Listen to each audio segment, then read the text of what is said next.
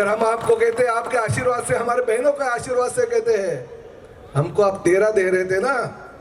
हम देखिए ये इलेक्शन में लोग आपके जो 64 और 61 आप बोलते थे ना, आपके 13 भी नहीं रखेंगे।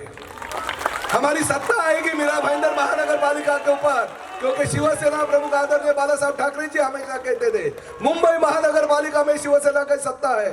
मुंबई महानगर पालिका में अगर शिवसेना का भगवा है, ठाणे महानगर पालिका में अगर शिवसेना का भगवा है, तो मीरा भाईंदर में क्यों नहीं। अब हम उनका सपना साकार करेंगे। मीरा भाईंदर महानगर पालिका में शिवसेना और शिवसेना का भगवा फैलाएगा, और ये प्रतिज्ञा हम आज इनके सामने करते हैं, और वो होगा जरूर, क्योंकि आपका आशीर्वाद, बहनों का आशीर्वाद हमारे साथ में है। एकनाथ शिंदे जी साहब ने पहली बार सोचा कि नहीं, हमारे बहनों को अच्छा कार्यक्रम देना चाहिए, उनको रोजगार देना चाहिए। 1500 रुपया हमारे बहनों को दे दिया। अब वो आगे भी कहते हैं कि जरा रुकिए, थोड़ा जो हमारी तिजोरी है ना, जो अच्छी तरह से भरने दीजिए, बाद में हम 2100 रुपया भी हमारी महिला भवन।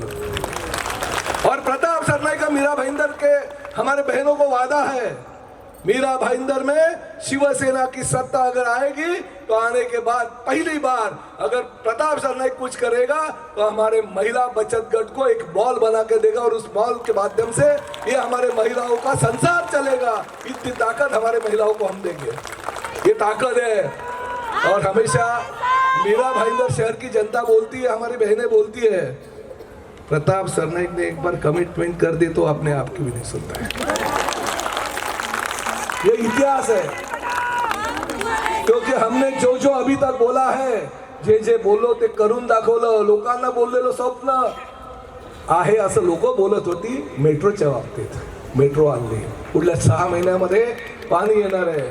लता मंगेशकर सारखं ऑडिटोरियम आपण बनवलं, या ठिकाणी बाळासाहेब ठाकरे कला दालन बनवलं। अनेक प्रकल्प आहेत, जे प्रकल्प भविष्यामध्ये सुद्धा प्रताप सरनाईक अधिक चांगल्या प्रकारे देईल, परंतु स्वप्न मात्र एक आहे, सत्ता द्या, मी तुम्हाला महिला बचत गटाला मॉल बनवून देतो आणि एवढे पैसे त्या माध्यमातून, रोजगाराच्या माध्यमातून तुम्हाला उपलब्ध करून देईल की पहिल्या प्रत्येक महिलाला असं वाटेल, प्रत्येक महिलेच्या कर्त्या पुरुषाला असं वाटेल, जसं आता तुम्ही घरी गेल्यानंतर जेवण देणार, त्याला सांगा आमचा भाऊ आम्हाला मॉल बनवून देणार आहे।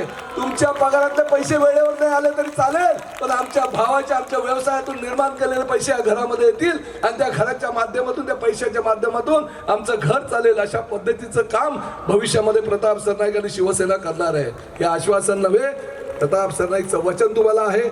जास्त वेळ मी काही घेत नाही, कारण एवढा मोठ्या संकट या ठिकाणी आपण आलेला।